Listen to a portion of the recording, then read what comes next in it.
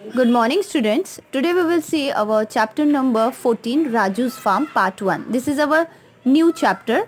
Okay, so let's start.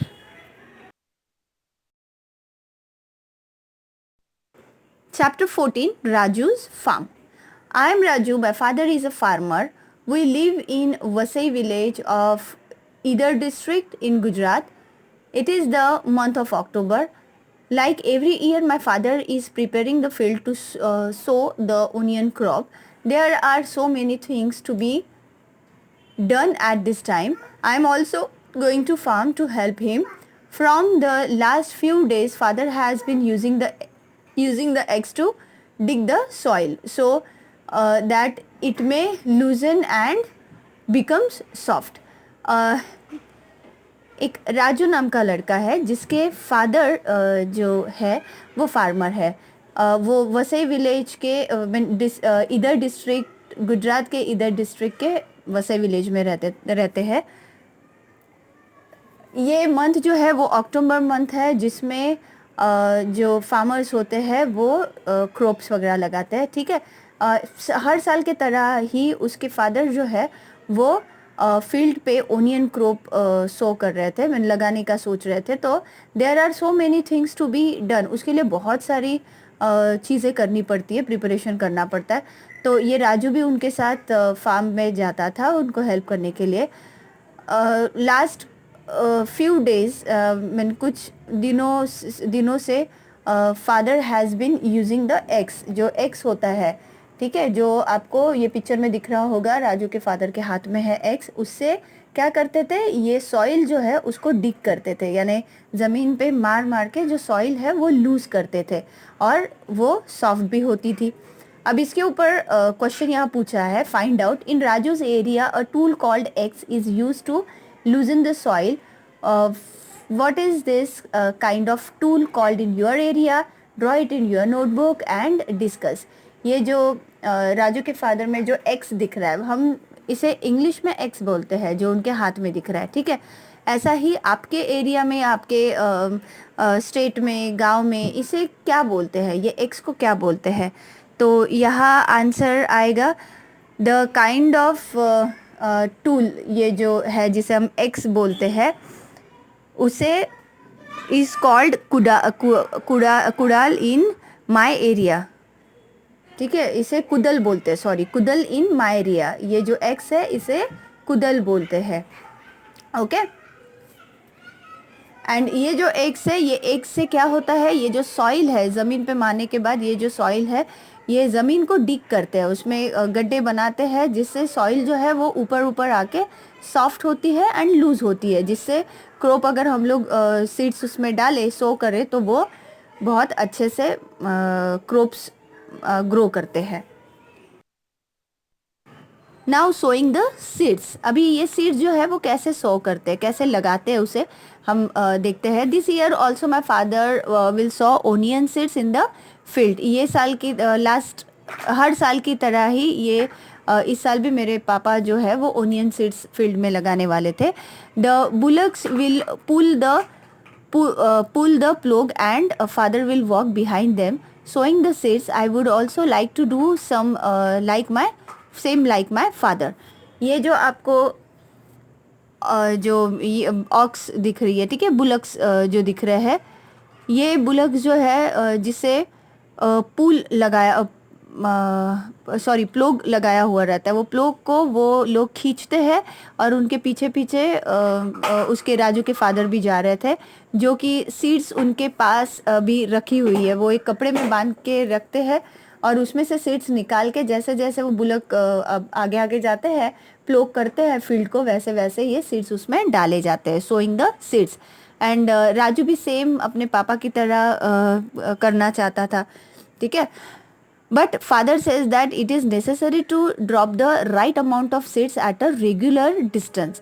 लेकिन जैसे ये राजू के फादर जो सीड्स को सो कर रहे हैं, सीड्स को डाल रहे हैं, तो ये इसकी मात्रा भी प्रॉपर होनी चाहिए कि कितने सीड्स इसमें डाले जाए, कितने सो किए जाए।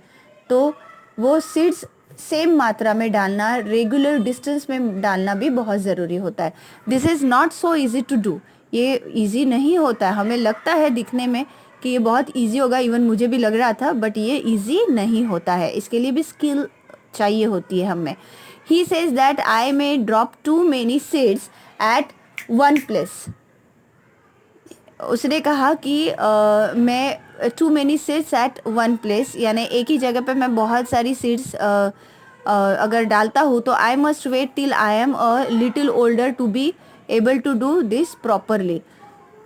तो मुझे वेट करना चाहिए तब तक के जब तक के a little older to be able to do this properly.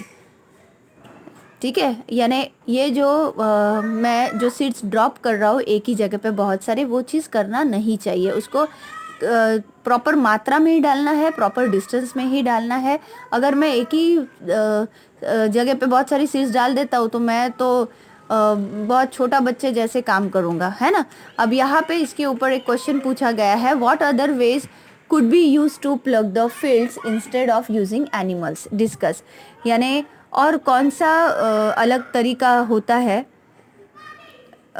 जिससे जो प्लग द फील्ड करते हैं एनिमल्स के सिवा, और कौन सा ऐसा तरीका होता है दूसरा तरीका।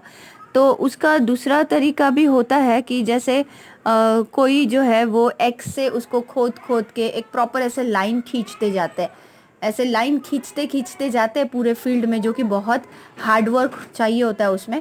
और देन एक ही लाइन में सीक्वेंस में लाइंस खींचने के बाद में उसमें सीड्स जो है वो सॉ करते हैं। Okay,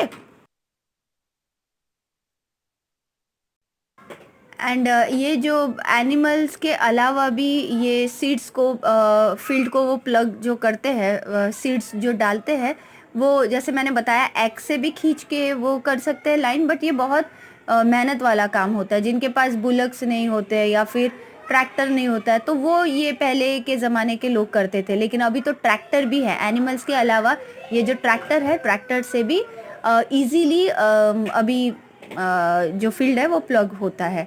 okay, now the sapling scene. अभी हम लोग सैपलिंग सीन यहाँ पे देख रहे हैं, जो पिक्चर आपको दिख रहा है एक ही लाइन में बिल्कुल ग्रीन ग्रीन क्रॉप्स ऐसे लगे हुए हैं, ये ओनियन फील्ड है। ठीक है, let's see, it is now 20 days since the seeds have been sown. यानी जब राजू के फादर ने ये सीड्स को सोन किया था, यानी जब ये फील्ड में सीड्स उसने बोए थे, डाला था, उसके 20 days के बाद में ये ऐसा आपको सीन देखने को मिलेगा। जिसके घर में फार्म है उन्हें पता होगा ये। ठीक है, the onion seeds have started to germinate. ये ओनियन सीड्स जो है वो स्टार्ट हो गई है बढ़ने के लिए, जर्मिनेट होने के लिए। Along with onion plants which have also come up. ये जो ओनियन प्लांट्स है, ओनियन प्लांट्स के अलावा भी ना एक ऐसे कोई दूसरे तरीके के प्लांट्स होते हैं छोटे छोटे, वो हमेशा ऐसे फील्ड में साइड में उगते ही है, जिसको हमको निकाल देना पड़ता है बाद में। Okay, weeds grow in fields and gardens without being planted. ये जो वीड्स है ये फील्ड में भी ऑटोमेटिकली लगते हैं और गार्डन में भी आपको ऑटोमेटिकली लगे हुए दिखेंगे, इसको प्लांटेड करते नहीं है। Okay, if the weeds are not removed then the crop plants will not be healthy. Mother uncle and I, we all help father to remove the weeds. ये जो weeds है, अगर इसको जो एक्स्ट्रा के गंदे से प्लांट वो ऑटोमेटिकली उग जाते हैं, उसको अगर हम लोगों ने रिमूव नहीं किया तो क्रॉप जो ये क्रॉप प्लांट्स जो है वो अच्छे से नहीं बढ़ते, हेल्दी तरीके से नहीं बढ़ते, तो हमारा नुकसान होगा उसमें, फार्म का नुकसान होगा, फार्मर का, है ना। And mother uncle and I, यानी कि राजू की मदर और उसके अंकल, ये तीनों भी अपने फादर को ये वीड्स को रिमूव करने में हेल्प करते थे। नाउ ग्रोइंग प्लांट्स, अब बढ़ते हुए प्लांट्स के बारे में हम देखेंगे। I am happy to see the crops of onion. Raju बहुत खुश था ओनियन क्रॉप्स को देख के। They are tall enough to reach my knees. वो मेरे नीज तक के, घुटने तक के बढ़ चुके थे। ठीक है, जो कि इनफ था, इतने ही बड़े हुए, इनफ मात्रा में होता है। ठीक है, नी तक के उसके बड़े हुए थे। The leaves have started turning yellow and drawing up. ये जो उसके लीव्स है वो येलो कलर में कन्वर्ट हो रहे थे। ठीक है, एंड सूख गए थे। drying up. Okay, this means that the onions are ready to harvest. इसका मतलब ये होता है जब उसके leaves येलो कलर के एंड ड्राई आपको दिखते हैं तो इसका मतलब ये होता है कि ओनियन जो है वो रेडी हो गए हैं हार्वेस्ट के लिए, यानी ओनियंस निकालने के लिए रेडी है. ठीक है, इट विल बी हार्वेस्टेड, यानी वो ओनियंस पूरी तरह से डेवलप होके वो निकालने के इसमें मूड में आ जाता है. ओके, तो यहाँ एक क्वेश्चन है, draw any crop which you have seen in the field. अभी आपको एक काम करना है, आपको बाद में मैं फिर से बताती हूँ, ये जस्ट मैंने अभी ओरल बताती हूँ कि आपने देखा होगा बहुत सारे फार्म में कौन से भी क्रॉप्स लगे हुए होते हैं. ठीक है, तो वो क्रॉप जो आपने देखे हुए हैं उसको आपको ड्रॉ करना है आपके नोटबुक में, बट लेटर ऑन, अभी नहीं. Do you know why? अब यहाँ पे देखते हैं हम लोग इसमें क्या बताया गया है. Everyone at home will have to work to harvest the onions out. It is important that this should be done at the right time. If we are late, the onions will rot in the ground instead and all our hard work will be wasted. यानी do you know why? अभी जो ये जो आपको picture में दिख रहा है ये ओनियन क्रॉप को हार्वेस्ट कर रहा है. ठीक है, निकाल रहे हैं, लेकिन इसका भी एक समय होता है जब हमें पता चल जाता है कि इसके लीव्स जो है वो येलो कलर के हो गए हैं, ड्राई हो गए हैं, तो हमें इसको निकालना ज़रूरी होता है. नहीं तो ये राइट टाइम पे अगर हम लोग नहीं निकालते हैं तो ये ओनियंस जो है वो अंदर के अंदर सड़ जाते हैं.